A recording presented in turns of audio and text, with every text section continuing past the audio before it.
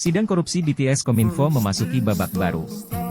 Aliran dana korupsi proyek strategis nasional ini mulai terkuat, setelah Irwan Hermawan dan Windy Purnama mulai bernyanyi tentang distribusi uang haram tersebut. Irwan Hermawan adalah komisaris PT Solitek Media Sinergi. Dia bersama Anang Ahmad Latif yang mengkondisikan proyek pengadaan BTS. Anang Ahmad Latif adalah Dirut PT Bakti, badan pelaksana tugas proyek BTS dari Kominfo. Sedangkan Windy Purnama adalah Direktur PT Multimedia Berdikari Sejahtera, yang merupakan orang kepercayaan Irwan Hermawan. Irwan dan Windy bertugas sebagai pihak penghimpun dana dari konsorsium perusahaan pemenang tender BTS. Total dana yang terkumpul adalah 243 miliar rupiah. Kemudian, keduanya bertugas mendistribusikan uang tersebut kepada berbagai pihak. Paling tidak terdapat 3 klaster aliran dana. Klaster pertama, klaster pengaturan pemenangan tender. Kedua, klaster pembahasan anggaran. Dan klaster ketiga adalah klaster pemberesan kasus korupsi. Di klaster pertama, ada Johnny G. Plate, Menkominfo. Lalu Anang Ahmad Latif, dan Pokja proyek BTS di PT Bakti. Klaster kedua, adalah Komisi 1 DPR RI. Klaster ketiga, di sini berperan beberapa pihak yang disebut mampu menutup kasus di Kejaksaan, yaitu para makelar kasus dan BPK, antara lain Dito Aryo Tejo, Menpora Kabinet Jokowi. Sekarang mari kita simak fakta persidangan para saksi mahkota berikut ini, yaitu Irwan Hermawan dan Windy Purnama. Di sini kita bisa lihat bagaimana para makelar kasus begitu mudah mempermainkan pihak Menkominfo, pemberi kerja proyek BTS, dan memeras hingga 100 miliar rupiah. Dari sekian banyak penerimaan tadi, di total jenderal berapa itu? 240-an. 240 M. Iya. Wah, banyak ya. Betul. Jadi pada saat itu di sekitar akhir 2021, saya sih dapat cerita dari Pak Anang bahwa beliau mendapatkan tekanan-tekanan karena terkait proyek BTS yang terlambat dan sebagainya. Belakangan di penyidikan saya mengetahui namanya Pak Nistra, setelah diberitahu oleh penyidik namanya Nistra.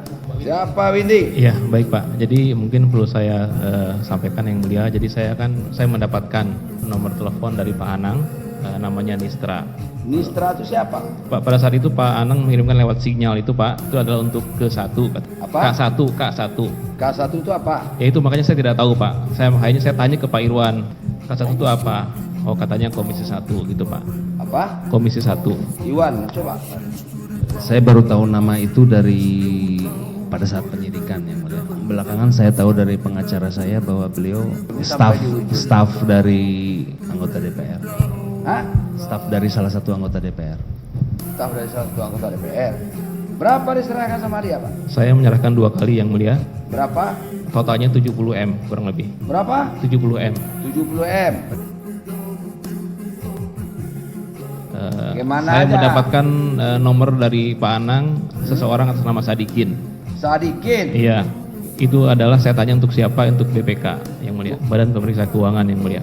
Permintaan dari Pak Anang yang mulia. Saya kirimkan langsung. Ketemunya di Hotel Grand Hyatt di parkirannya yang mulia. Oh, parkirannya nggak sama masuk ke hotel. Berapa, Pak? 40 M. La Allah.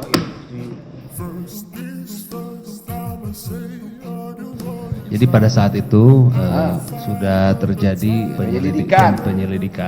Ada pihak yang datang ke Kominfo dan ke Pak Anang menakut-nakuti dan mengancam, sekaligus meminta proyek, sekaligus menawarkan untuk penyelesaian penyelidikan itu. Artinya kasus ini kasarnya bisa ditutup. Seperti itu Ya. dimulai di bulan Juni atau Juli 2022.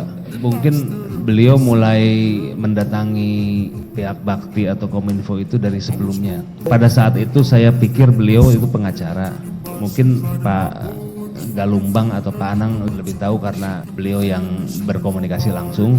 Namun saya hanya berbicara soal uangnya yang keluar untuk dia ada 15 Pak. Namanya Edward Hutahean. Pada akhirnya dengan beliau, karena beliau banyak mengancam dan banyak meminta proyek, diputuskan untuk tidak lanjut dengan beliau. Jadi ke beliau hanya satu kali aja, 1 juta kali dolar. aja. Ya. Ada lagi Pak? Setelah itu ada orang namanya Wawan, beliau terus? menawarkan bahwa bos beliau namanya Windu Aji Sutanto. Saya berpikirnya juga pengacara, orang yang punya pengaruh dan menawarkan untuk bisa mengamankan ini. Dan lalu beliau menunjuk pengacara juga untuk Setio namanya. Setio. Ya. Pada saat itu penyerahannya 2 kali yang mulia. Yang pertama saya bersama Windy menyerahkan ke Wawan langsung itu sekitar 30 sekian. 30 M. Ya. Berikutnya 30 M nilainya. Oh, Allah 2 kali penyerahan. 2 M itu Pak. ya 60-an. Ya. Ya. Ada lagi Pak? Ada lagi Pak. Ada lagi. Untuk nutup juga. Iya, 27. Siapa itu? Pada saat itu saya tidak menyerahkan langsung, tapi tip ke teman yang namanya Resi dan juga Sama? lewat Windy juga. Ya. Lewat Windy. Ya. Titip sama siapa? Yang terakhir namanya Dito. Tok. Pada saat itu saya taunya namanya Dito saja. Dito apa Pak? Dito itu macam-macam. Belakangan saya ketahui namanya Dito Aryo Tejo. Siapa itu? Jadi pada saat Pak Windu itu merasa tidak berhasil untuk melakukan penyelesaian ini, maka Pak Windu membawa saya pada saat itu memperkenalkan ke orang namanya Haji Oni. Lalu besoknya ada pesan dari Haji Oni lewat Dito untuk berikutnya langsung saja berhubungan dengan Haji Oni, tapi tidak dengan orang yang kemarin. Artinya orang yang kemarin itu adalah Windu dan saya Itu yang terakhir berhubungan. itu? Yang terakhir itu. Berapa itu Pak? Totalnya 27. 27. Ya. Tadi 75 tambah 27. Jadi berapa? 2. 102 miliar. Ya, uang piling tadi itu. Ya. Yang dipiling kabinet tadi. Ya. Itulah sisa-sisa terakhir atau masih ada sisa? Sisa terakhir itu. Kalau orang berjudi lah habislah modal tuh. Ada lagi tuh. Tadi saudara bilang, saudara ketemu enggak sama orang yang bernama Dito? Saya pernah bertemu sekali di rumahnya di Jalan Denpasar, tapi saya tidak banyak mengobrol. Siapa yang ngobrol? Pada saat itu saya diajak oleh teman saya namanya Resi, Resi. ya, anak buah Pagalumbang. Jadi saudara pernah ke rumahnya dia 1 kali ya, mulia. 1 kali. Ya, Ketemu dia langsung atau siapa? bertemu.